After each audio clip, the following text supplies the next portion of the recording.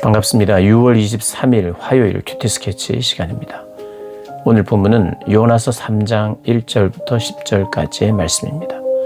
오늘 본문은 이렇게 시작합니다. 여호와의 말씀이 두 번째로 요나에게 임하니라.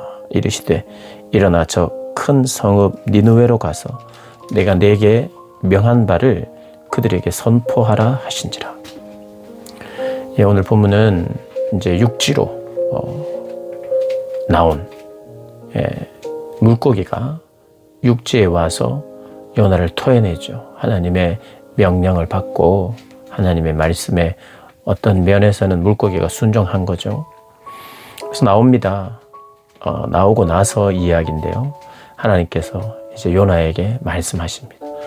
바로 말씀하셨는지 언제 말씀하셨는지 모르겠지만 3장에 넘어오면서 여호와의 말씀이 아미떼의 아들 요나에게 두 번째 임합니다. 동일한 말입니다. 큰 성 니느웨에 가서 그들에게 선포하라 말합니다. 그 선포의 내용이 뭐냐 하면 3절에 보면 요나가 여호와의 말씀대로 일어나서 니느웨로 가니라. 니느웨는 사흘 동안 걸을 만큼 하나님 앞에 큰 성읍이더라. 요나가 그 성읍에 들어가서 하루 동안 다니며 외쳐 이르되 40일이 지나면 니느웨가 무너지리라 하였더니 요나는 순종합니다. 그리고 하나님이 말씀하신 대로 선포를 하죠. 그런데 어떤 내용을 선포합니까? 40일이 지나면 멸망하리라 하는 경고의 말씀을 전합니다.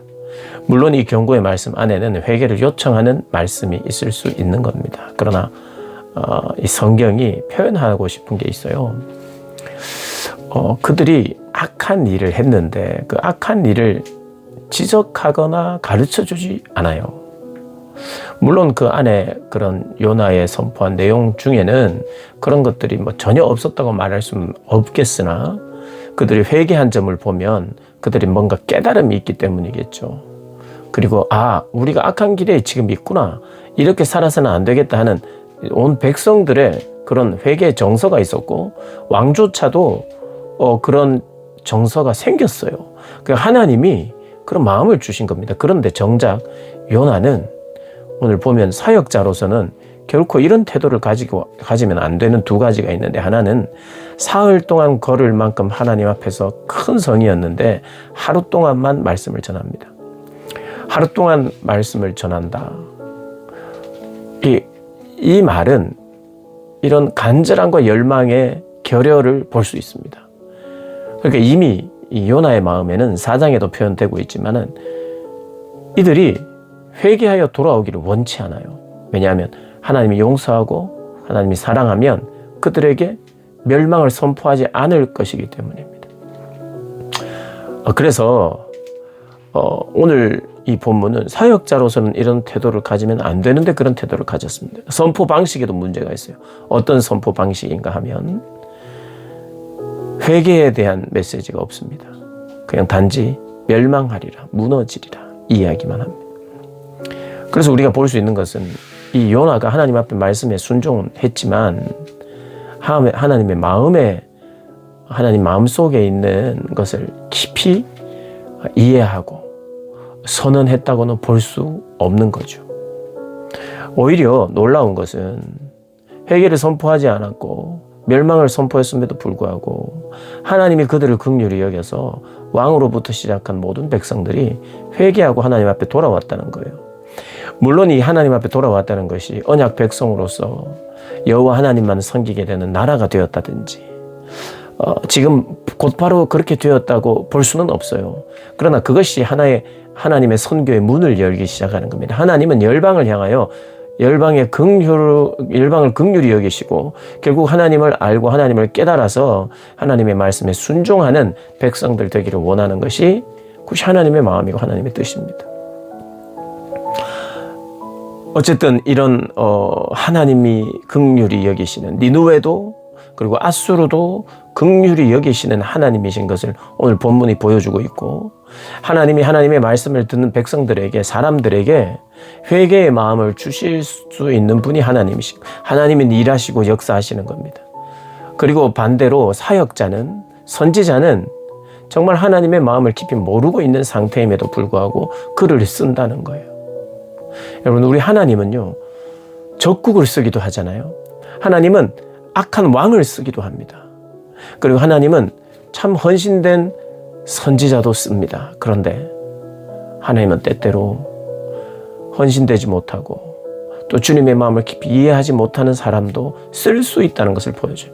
이것이 흔한 일은 아닙니다만은 하나님은 그 어떠한 상황 속에서도 당신이 일하실 수 있는 도구를 사용하실 수 있는 분이고, 동시에 요나의 마음에 계속해서 하나님은 요나에게 하나님의 마음을 부어주고 싶은 두드림이 있어요.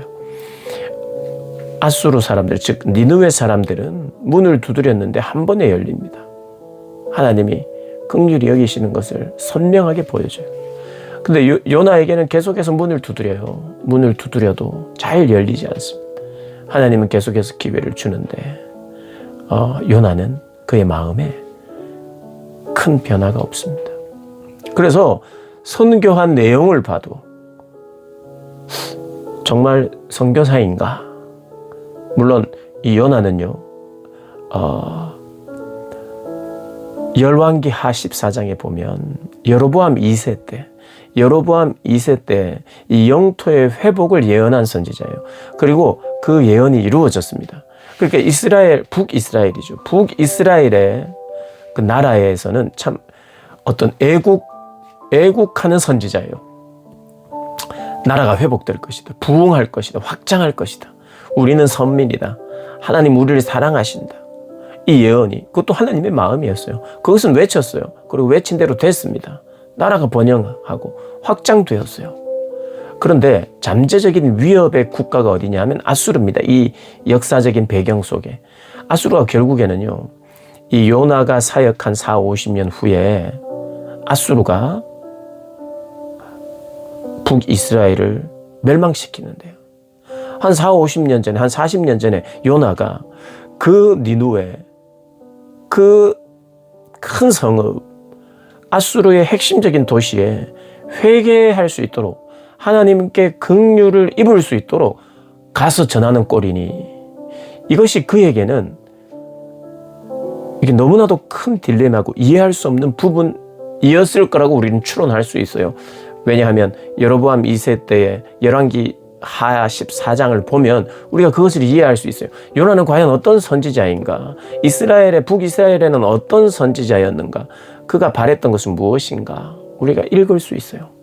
그런데 적국이죠. 그리고 잠재적이고 아주 큰 위협적인 나라이기도 하고, 결국에는 그 나라에 의해서 멸망당하기도 했어요. 그런데 하나님은 역사의 한 페이지 속에 이스라엘의 멸망을 주도했던, 그리고 멸망시킨 아수르에게 하나님이 기회를 주시는, 그리고 돌이키게 하시는 그런 은혜를 베풀었다는 것은 이스라엘의 역사에 참 이해하기 힘든 부분이에요.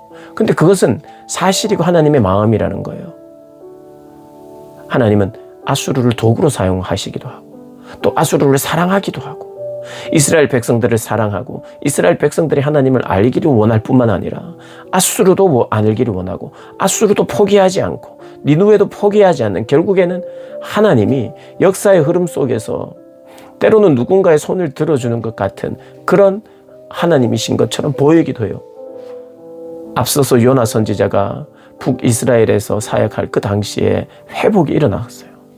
어쩌면 선민 이스라엘의 회복을 약속했고 이루어졌어요. 참 누구나 다 감사하고 행복할 일이에요.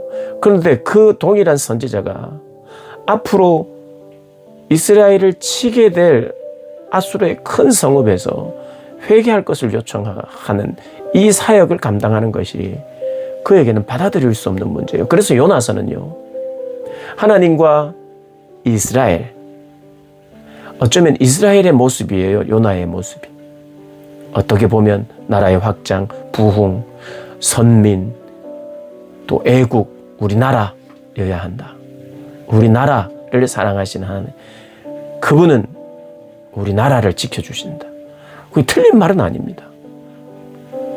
우리나라도, 이 나라도, 오늘 대한민국도 마찬가지입니다. 그런데 하나님이 말씀하고 싶은 게 있어요. 요나서를 통해서. 원수의 나라라고 할 수 있는 그 나라에게 긍휼을 베푸신다. 이것은요, 가난하고 소외되어져 있는 그 사람들을 위한 복음이 아니라 그 나라 전체를 향한 복음이었어요. 왕도 회개를 했잖아요. 왕도 회개했어요. 그 회개가 진정 얼마나 깊은 회개였는지는 모르지만, 그러나 앞으로 더 깊이 회개하고 여호와 하나님을 받아들일 수 있는 그러한 문을 열어주는 선교였어요.